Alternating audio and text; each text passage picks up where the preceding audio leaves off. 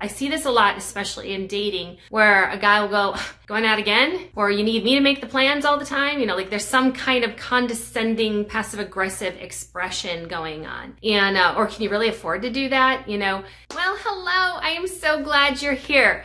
Today, I decided to do something a little bit different. I'm going to do What's Up Wednesdays and focus on sharing with you guys some of the emails that I get from other listeners. If you ever want to share anything that's going on for you, I would love to have you drop me a line as well. Just send that to Tamra at tamrablankenship.com. So this is an email from Sarah. So thank you, Sarah, for submitting this message.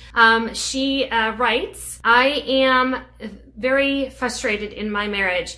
I have been married for 15 years to a lovely man that has all of a sudden become more passive aggressive in our communication. I do know he loves me, but I think something is going on or something has changed where I feel a little less seen and understood in our relationship. Boy, haven't we all been there. We all know there's ebbs and flows in relationships and it can be deeply challenging. So I would love your insight on what I can do to help navigate this differently. Thank you so much for sending that in. First of all, a lot of the times things that are showing up in our relationship, it's not necessarily us. It's not the real reason why the conflict is happening. Sometimes it could be an experience at work or a look on your face that triggers an emotion back into an experience that puts someone in a collapsed state. So starting off with a real deep understanding, especially since the length of your marriage is pretty long, 15 years is a beautiful celebration of love.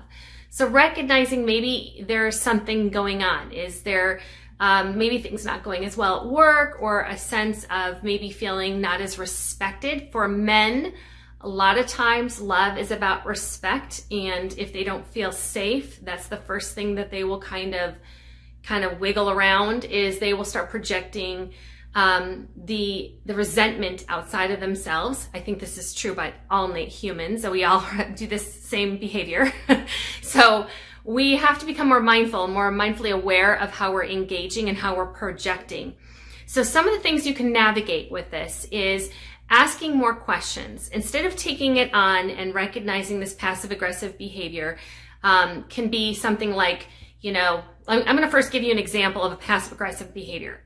I see this a lot, especially in dating, where a guy will go, going out again, you know, like, or you need me to make the plans all the time, you know, like there's some kind of condescending passive aggressive expression going on.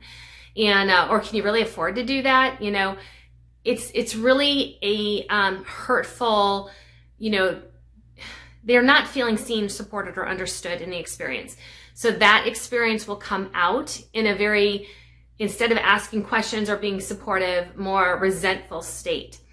So sometimes the best way to navigate this is to kind of create a pause and go, wow, that kind of hurts. So is there something going on? Are you mad at me? Really create a redirect in the attention.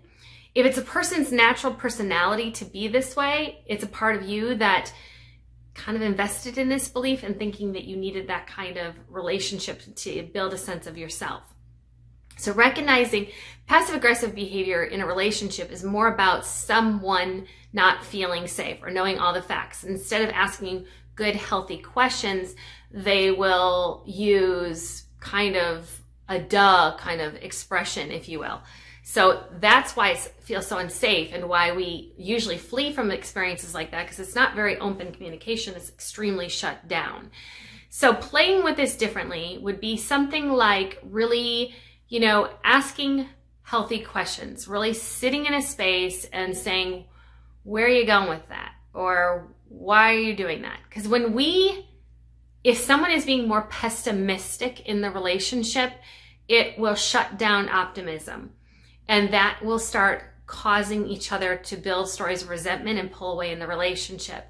So be very mindful, very careful that if you are the aggressor of passive aggressive behavior, ask yourself, why am I so malicious? What's going on? Why am I daggery in my conversation? If you're the experiencer of it, this is a great opportunity to navigate it and say, whoa, whoa, whoa, what's going on? Like, that hurts. That's not really loving, and I'm not sure why you're hurt. Is there something going on? Really get to the bottom of it, because after time, that behavior continuing down its cycle will corrode the relationship, and you will be in a tit-for-tat defensive relationship. So it's really important to take assertion and take that moment and assert some healthy boundaries and really start to come up with better dialogue.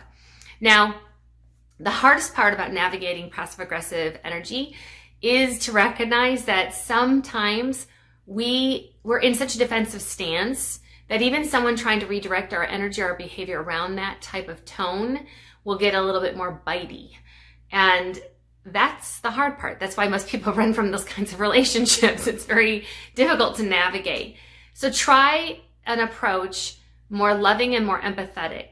Be patient, be compassionate, be empathetic, but also hold your boundaries, because recognizing that if you give more than the other person gives, they're always going to be in that cycle, and that behavior continues to perpetuate. So that is my, without knowing all the details specifically, when somebody is progressively getting passive aggressive, it's usually an indication of them feeling not seen or understood. So really recognize what's going on in their life. Is it you that doesn't take the time to be present to what they're saying? Is it something that's going on in their work life? Or maybe they're not feeling well. It could be even hormonal. So really look at some of those aspects in life and slow it down. Really, that is the ultimate thing in most mental behavior issues, is we push so fast, we ride so hard, we kind of force ourselves into situations that continue the cycle and cause more conflict and more heat. So slowing down is usually the answer. Sending you guys love.